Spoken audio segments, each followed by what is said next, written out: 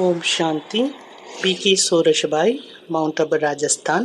பாபா இந்த உலகில் அவதரித்து தன்னுடைய மகான் ஆத்மாக்களை தேர்ந்தெடுத்து இந்த உலகை மீண்டும் தேவதா யுகமாக மாற்றக்கூடிய மகான் காரியத்தை நம்மிடம் ஒப்படைத்துள்ளார்.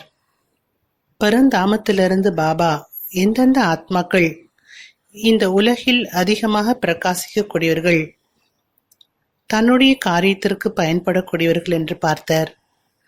அவருடைய பார்வையானது நம்மீது பட்டுவிட்டது.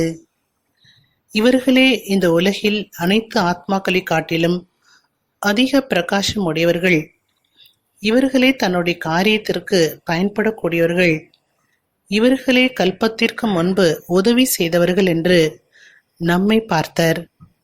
பாபா நம்மை அவருடைய மகான் காரியங்களுக்கு நிமித்தமாக ஆக்கிவிட்டார். அவர் நமக்கு திறமைகள், தகுதிகள், குணங்கள், செல்வங்கள் அனைத்தையும் கொடுத்து விட்டார்.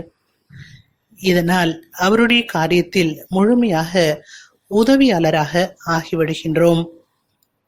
இது எவ்வளவு உயர்ந்த பாக்கியத்திற்கான விஷயமாகும். நாம் தன்னுடைய சுய பெருமையை மிகவும் அதிகரிக்க வேண்டும். நான் ஒரு மகான் ஆத்மாவாக இருக்கின்றேன். பாபாவினுடைய பார்வை என் மீது உள்ளது. முழு நாளும் அநேக முறை பாபா வத்தனத்திலிருந்து என்னை பார்க்கின்றார். இந்த குழந்தையினுடைய ஸ்திதி எவ்வாறு இருக்கின்றது? இந்த குழந்தையின் புத்தி எங்குள்ளது? சிந்தனைகள் எங்கு ஓடிக்கொண்டிருக்கின்றது? சின்ன சின்ன விஷயங்களில் மாட்டிக்கொண்டு தன்னுடைய காரியத்தை மறந்து விட்டார்களா, அல்லது தனது கடமையை செய்து கொண்டிருக்கின்றார்களா? இப்படி பாபா குழந்தைகளை பார்த்து கொண்டிருக்கின்றார்.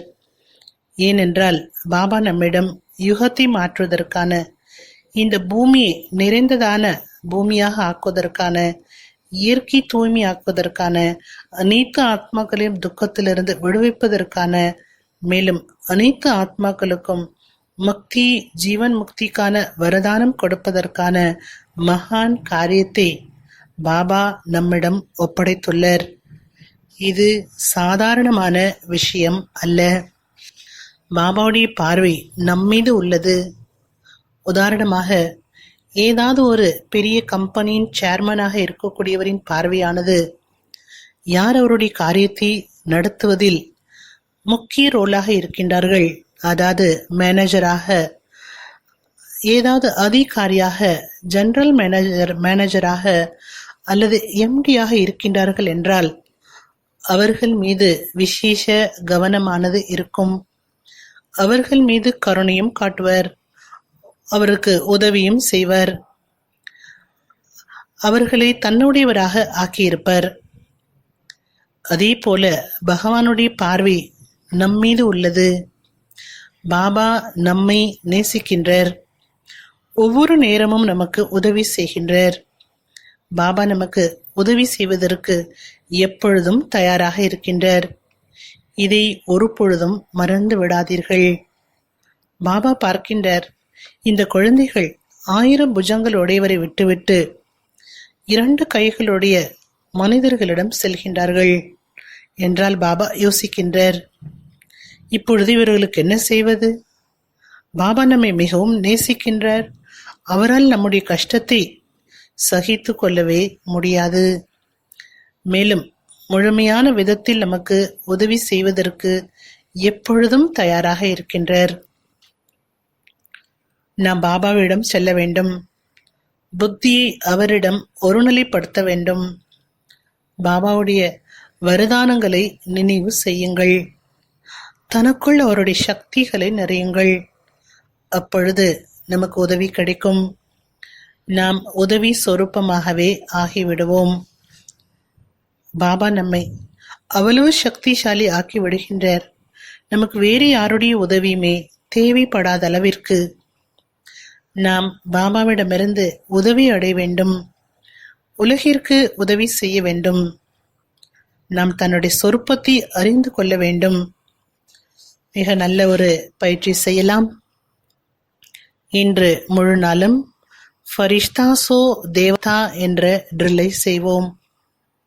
தன்னுடைய 3 சொரூபத்தை காணுங்கள். இடதுபுறம் என்னுடைய சம்பூர்ண ஃபரிஷ்தா சொரூபம் உள்ளது. என்னுடைய அங்கத்திலிருந்தும் கிரணங்கள் பரவி கொண்டிருக்கின்றது. வலது புறத்தில் அலங்கரிக்கப்பட்ட சம்பூர்ண தேவதா சொரூபம் உள்ளது. என் தலைமீது டபுள் கிரீடம் உள்ளது. ஒளி கிரீடம் ஜொலித்து கொண்டிருக்கிறது. நான் இப்பொழுது பிராமணனாக இருக்கின்றேன். மிகவும் பாகியசாலியாக இருக்கின்றேன். பகவானால் தேர்ந்தெடுக்கப்பட்ட மகான் ஆத்மாவாக இருக்கின்றேன். ஆத்மாவாகிய நான் இந்த தேகத்திலிருந்து விடுபட்டு என்னுடைய சம்பூர்ண ஃபரிஸ்தா சொரூபத்திற்குள் செல்கின்றேன். தன்னுடைய நெற்றியில் ஜொலிக்கக்கூடிய ஆத்ம மணியை பாருங்கள். அதன் பிறகு தேவதா சொரூபத்திற்குள் செல்கின்றேன். இந்த பயிற்சியை செய்யுங்கள். அடுத்ததாக பிராமண சரீரத்திற்கு வந்து விடுகின்றேன். 5 முறை இது போன்ற சக்கரத்தை சுற்றி வாருங்கள். மிகவும் ஆனந்தமாக இருக்கும். இதனால் அனைத்து குணங்கள், பியூரிட்டி, கலைகள் நம்மிடம் வந்து சேரும். ஓம் சாந்தி.